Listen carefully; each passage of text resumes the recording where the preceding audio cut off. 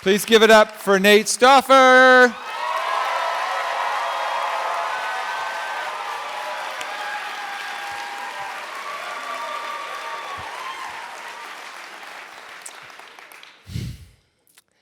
I'm an English teacher, so at challenging times in my life, I like to turn to literature for wisdom to kind of guide me through. So earlier this school year, I was on a little bit of a poetry binge, and I came upon a poem that really resonated with me. It's called Separation by W.S. Merwin, and it goes like this. Your absence has gone through me like thread through a needle. Everything I do is stitched with its color. Now, when I read those words, it put me in a bit of a nostalgic mindset, reflecting on my youth. I was fortunate to grow up in a household with two parents who were completely invested in my upbringing. My mom, a bit of a storyteller herself, kept this long series of journals documenting all her favorite moments of my childhood that she called my baby books. And my dad, while he wasn't physically around as much, was working 15-hour shifts in sweltering hot kitchens, sharpening knives with calloused hands just to provide me the best life he could afford. So I was unfathomably fortunate to have two parents who were so present for me as an only child.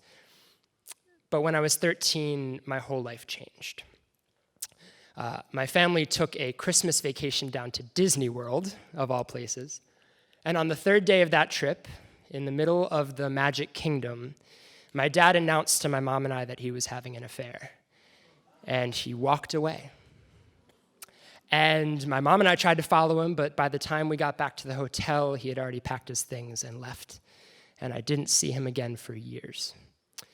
So every day since then, I have faced the repercussions of his actions. And I have wrestled with the question of, what was he thinking or feeling that led him to do that? The hardest truth for me in my life to reckon with is that I will never get an answer to that question. But I do know that the impact his actions had on me was seismic. And the fault lines between us only grew over the years as we drifted further and further apart on the ocean of time. But still, all along, this little piece of me held on to the belief that maybe, if I worked hard enough, or if I achieved something great enough, I could show him that he had made a mistake. I could help him realize the pain that his absence had caused me.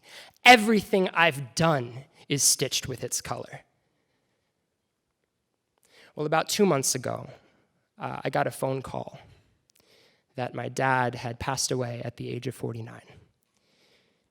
And my first instinct, as I processed that revelation, was, Nate, you're an idiot. Why are you mourning a man you said goodbye to over a decade ago? But as my tears kept flowing, it occurred to me that it was the first moment in all those years that I was not burdened by his absence anymore. I was finally allowed to just miss his presence.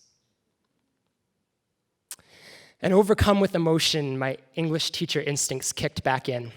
And I turned to the only piece of literature that would allow me to immerse myself in memories with my father, which was my mom's baby books.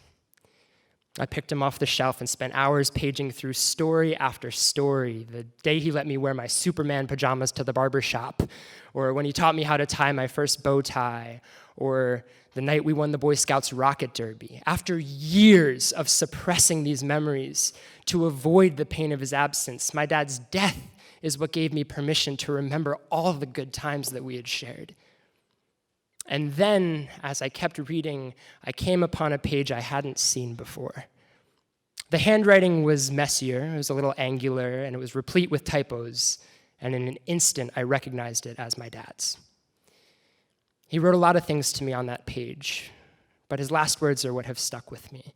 He said, "Know that I will love you unconditionally, and nothing could ever change that." As I read those words and I wept into his chicken scratch, it felt as though my dad had reached out over a decade and embraced me. It read as an apology and an offering of forgiveness. In a flash, A color I had long forgotten wove its way back into my heart, and it stitched up cracks that had spread for so many years.